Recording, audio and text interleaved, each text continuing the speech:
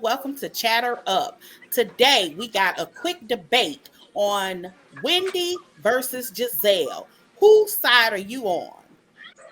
I am Team Wendy because Giselle is just a raggedy trout, and she always starts something, and then when somebody comes for her, she's sitting over there like Mary Magdalene. So for that reason right there is why I'm gonna be Team Wendy, and specifically because Wendy did consider Giselle a friend, and I just feel like you don't do that to somebody if you call yourself their friend. That's just not what you do. This is an easy one. I am Team Giselle. I'm Team Giselle because for the very reason they're arguing about Robin telling her truth. Why is it that when Wendy's in the tabloids, that her truth, or not necessarily her truth, her scandal that's in the tabloids can't also be mentioned? And to Giselle's credit, she did not give any of the terrible details of that scandal. Not about the baby that he allegedly had by a woman he worked with. That she didn't mention the Osu stuff and all of that. That's actually this season where that popped up. All of them, if something pops up in the tabloids, it's going to end up on the show, regardless if you're in hiatus or not. You don't think that they're going to talk about Karen's DUI that she got this week? Absolutely. And they probably won't start filming it for a month or so, if possibly more.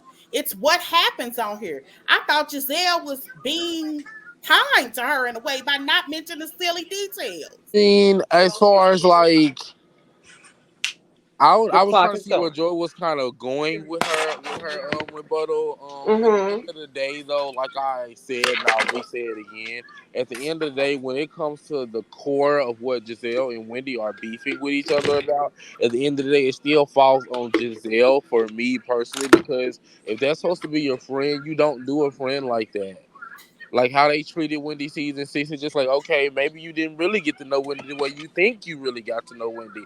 And let's be for real, at least from a viewer standpoint, we didn't get to know Wendy for real because it was overshadowed by the Monique versus Candace. So it's just like, who knows? Wendy could have been like this the whole time. We just really didn't know it like that because the focus was elsewhere. And she was a newbie. Like, we don't know. It's just like even if that is how you feel, that's not how you go about it. Like they were saying it in a shameful way, like as if she don't have any class anymore now because she's twerking And your and all of time that. is up. Well, my godfather always told me if you want to know how a person really feels about you, you get them mad. All of that stuff that Wendy spewed out at Giselle been sitting on the surface. She been waiting on the situation, and she got deep. She talked about the girls' parenting, her decision to reunite possibly with her ex. Oh All of my these god. horrible details, all horrible things that she said about her, and to her credit, she said nothing.